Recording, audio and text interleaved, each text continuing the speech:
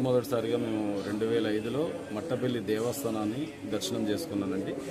అదే సంవత్సరం ఆ స్వామి కళ్యాణానికి అటెండ్ అయ్యాను.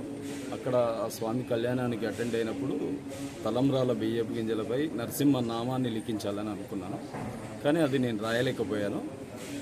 కూతురు గుంటూరు గేయవర్షిని 31,116 బియ్యపు గింజలపై నరసింహ అనే నామాన్ని లిఖించి మే 22న ఈ సంవత్సరం మే 22న స్వామి కళ్యాణానికి సమర్పించామండి.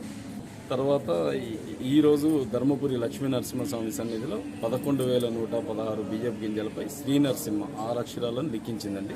ఈ సంకల్పం అనేది 2005లో మొట్టమొదటిసారిగా మట్టపల్లి లక్ష్మీ నరసింహస్వామి సన్నిధిలో దర్శన భాగ్యం చేసుకున్నానండి.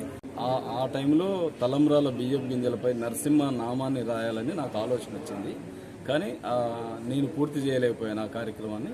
నా కూతురు గేయవర్షిని మాత్రం నా సంకల్పాన్ని, నా కోరికని నెరవేర్చి పూర్తి చేసిందండి. నవనరసింహ క్షేత్రాలలో ధర్మపురి క్షేత్రం కూడా నేను 2012 నుంచి ఇక్కడికి వస్తున్నా కాబట్టి ఈయన సన్నిధిలో కూడా తలంబ్రాల బియ్యం సమర్పించాలనుకున్నాను. శ్రీ నరసింహ అనే నామాన్ని 11,116 బియ్యపు గింజలపై లిఖించి తీసుకొచ్చాము.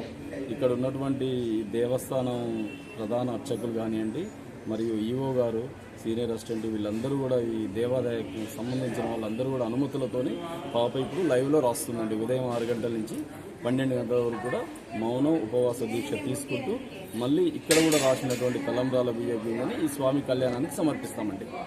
ఆలోచన నాది, కోరిక నాది, కానీ నేను చేయలేకపోయాను కాబట్టి నా కూతురు ఈ యొక్క సంకల్పాన్ని తన మీద బాధ్యతగా తీసుకొని మట్టపల్లి దేవస్థానాన్ని పూర్తి చేసింది. పంచనరసింహ క్షేత్రాలలో, నవనరసింహ క్షేత్రాలలో ధర్మపురి క్షేత్రాన్ని కూడా పూర్తి చేసి ఇక్కడికి తీసుకొచ్చామండి ఈరోజు స్వామి కళ్యాణానికి. నా పేరు గేయవర్షిని, మా నాన్నగారి పేరు శ్రీనివాస్, మా అమ్మగారి పేరు శ్రీలక్ష్మి.